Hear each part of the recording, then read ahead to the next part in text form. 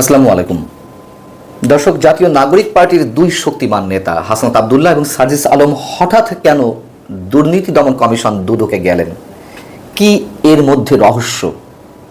তারা যখন বুধবার দুর্নীতি দমন কমিশনে গেলেন তখন সাংবাদিকদের প্রশ্নের উত্তরে তারা যা বললেন সেটিও কি আমরা খুব স্বাভাবিকভাবে ধরে নিতে পারি? সাংবাদিকদের প্রশ্নের জবাবে হাসনাত আব্দুল্লাহ বললেন যে আমরা কিছু অভিযোগ নিয়ে দুর্নীতি দমন কমিশনে এসেছি, আমাদের অভিযোগগুলো আমরা লিখিতভাবে জানিয়েছি। আচ্ছা, এটা তো কোনো স্মারকলিপি নয় যে স্মারকলিপি দিতে প্রতিষ্ঠানের প্রধান বরাবর দিতে হবে কিছু ফর্মালিটিজ আছে, তা তো নয়। যাও, যখন প্রশ্ন করা হলো যে কার বিরুদ্ধে অভিযোগ, কি অভিযোগ, তার প্রশ্ন উত্তরে হাসনাত আব্দুল্লাহ বলছেন যে ইটস ভেরি কনফিডেন্সিয়াল, অতি গোপনীয়, সবকিছু বলে দিলে তো একটা গোপনীয় রইল না। তাছাড়া দুর্নীতিবাজরা সতর্ক হয়ে যেতে পারেন। বেশ ভালো কথা। প্রথম কথা হচ্ছে, তারা কি সত্যি সত্যি অভিযোগ জানাতে গিয়েছিলেন? আর যদি গিয়ে থাকেন সেটি কি কোনো ব্যবসায়ীর বিরুদ্ধে, কোনো সরকারি কর্মকর্তার বিরুদ্ধে, নাকি আওয়ামী লীগের কোনো রাজনীতিকের বিরুদ্ধে, অথবা বিএনপি জামাতের রাজনীতিকের বিরুদ্ধে? আওয়ামী লীগের দুর্নীতিবাজ রাজনীতিবিদরা তো সব পলাতক, যদিও বা কেউ দেশে থাকেন তারা গা ঢাকা দিয়ে আছেন। বিএনপি জামাতের কোনো দুর্নীতিবাজ ব্যক্তির বিরুদ্ধে তারা অভিযোগ জানাতে যাবে? বিষয়টি হতেও পারে, নাও হতে পারে। তার চেয়ে আরও বড় একটি বিষয় আমার সন্দেহের মধ্যে রয়েছে, অনেকে মনে করছেন, সে প্রসঙ্গ পরে আসছি। তারা যে সরাসরি চেয়ারম্যানের সঙ্গে দেখা করলেন দুদকের, আমাদের অভিজ্ঞতা বলে আর কোনো রাজনৈতিক দলের নেতারা এইভাবে অভিযোগ জানাতে গিয়ে সরাসরি চেয়ারম্যানের সঙ্গে দেখা করেছেন? চেয়ারম্যান সেই সুযোগটি দেন? অথবা সাধারণ মানুষের কথা শোনার জন্য কি চেয়ারম্যান বসে থাকেন? এখন তারা তো শক্তিমান নেতা, যে কোনো মন্ত্রী, এমপি বা উপদেষ্টার চেয়ে তাদের শক্তি অনেক বেশি, তারা হতে গেছেন। কিন্তু প্রশ্ন হচ্ছে যে তারা কি এভাবে না গেলেও যেতে পারতেন না? অভিযোগ যদি জানাতেই হয়, লিখিত অভিযোগ, তারও তো কিছু নর্মস আছে, ফর্মালিটিজ আছে,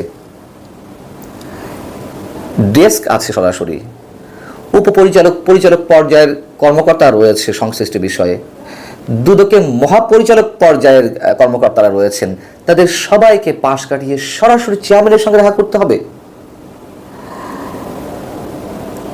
অনেকের কাছে এই বিষয়টা আনইউজুয়াল মনে হচ্ছে, অবশ্যই আনইউজুয়াল। এবং যে বিষয়টা বলছিলাম যে রহস্য অন্য কোথাও থাকতে পারে কিনা, কোনো ব্যবসায়ীর বিরুদ্ধে যদি কথা বলছি, অভিযোগ জানাতে গিয়ে থাকেন, আসলে কি সেই ব্যবসায়ীকে কথিত দুর্নীতির জালে আটকাতে কোনো ব্যবস্থা নিতে তারা গিয়েছিলেন? তার কারণ এরকম অভিযোগ তো এর মধ্যে নানানভাবে উঠেছে যে জাতীয় নাগরিক পার্টি কোত্থেকে তার কার্যক্রম পরিচালনার জন্য অঢেল অর্থ পাচ্ছে, এবং কোত্থেকে পাচ্ছে এই প্রশ্নের জবাবে জাতীয় নাগরিক পার্টির যিনি এই মুহূর্তে আহ্বায়ক নাহিদ ইসলাম, তিনি বলেছেন যারা অর্থ দিচ্ছেন বিশেষ কিছু ব্যবসায়ী, তাদের নিরাপত্তার স্বার্থেই তারা নাম ডিসক্লোজ করছেন না। তা নিয়ে অনেক সমালোচনা হয়েছে। আচ্ছা, বিষয়টি কি এরকম যে যারা এই মুহূর্তে তাদেরকে চাঁদা দিচ্ছে না বা অনুদান দিচ্ছে না, আমি ভালো শব্দটাই বেছে নিলাম, তাদেরকে ফাঁসাতে বিশেষ কোনো প্রক্রিয়ার অংশ নিতে বা বিশেষ কোনো প্রক্রিয়া তাদেরকে আটকাতে তারা কোনো সুপারিশ নিয়ে গিয়েছিল? অথবা উল্টোটাও যদি হয়, তার কারণ এর আগে আমরা জানি ট্রান্সপারেন্সি ইন্টারন্যাশনাল বাংলাদেশ টিআইবির নির্বাহী পরিচালক ডক্টর ইফতেখারুজ্জামান ওপেন প্রকাশ্যে এমন অভিযোগ করেছেন যে সমন্বয়কদের অনেকে, ছাত্র নেতাদের অনেকে দুর্নীতি দমন কমিশনে খবরদারি করছেন। তারা খবরদারি করে অনেকের বিরুদ্ধে যে চলমান তদন্ত রয়েছে, অনেক দুর্নীতিবাজ রাজনীতিক কিংবা অন্যান্য পর্যায়ের কর্মকর্তা, সাবেক সরকারি কর্মকর্তা, এমন ব্যক্তিদের ক্ষেত্রে যাতে তদন্ত না হয় তার জন্য সুপারিশ যাচ্ছে, তদন্ত থামিয়ে দেওয়া হচ্ছে। কেন থামিয়ে দেওয়া হচ্ছে? স্বার্থটা কোথায়? মোটা অঙ্কের টাকার দেন দরবার। এবং জাতীয় নাগরিক কমিটির এই যে ছাত্র নেতারা, এখন তো তাদেরকে ছাত্র বললে ভুল হবে না সম্ভবত, তারা যে নানানভাবে দুর্নীতিতে জড়িয়ে পড়ছে, নানান ধরনের চাঁদাবাজিতে জড়িয়ে পড়ছে, এগুলো তো ওপেন সিক্রেট।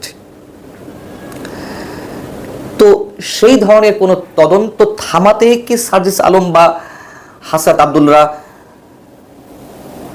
দুর্নীতি দমন কমিশনে গিয়েছিলেন? এখন যদি প্রশ্ন করি যে তাদের তো অনেক ক্ষমতা, যদি দুর্নীতির বিরুদ্ধে অভিযান চালাতে বা সুপারিশ করতে বা ব্যবস্থা নিতে কোনো অনুরোধ তাদের থেকেই থাকে, তারা তো ফোনে বলতে পারতেন। কেন ফোনে বললেন না?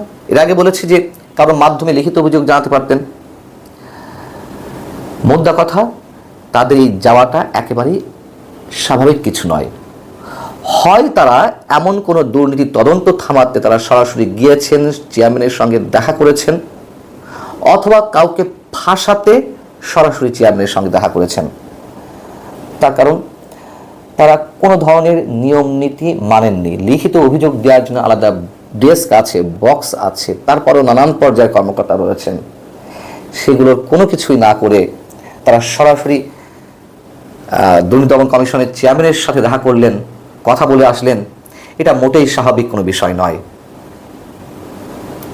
এখন হয়তো আমরা জানতে পারবো না যে কী জন্য তারা গিয়েছিলেন।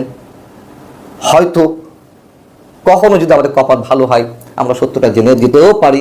অনেক কিছুই তো কোনোভাবে ফাঁস হয়ে যায়। তবে যেভাবেই তারা যান না কেন, বিষয়টি অবশ্যই রহস্যপূর্ণ। এর মধ্যে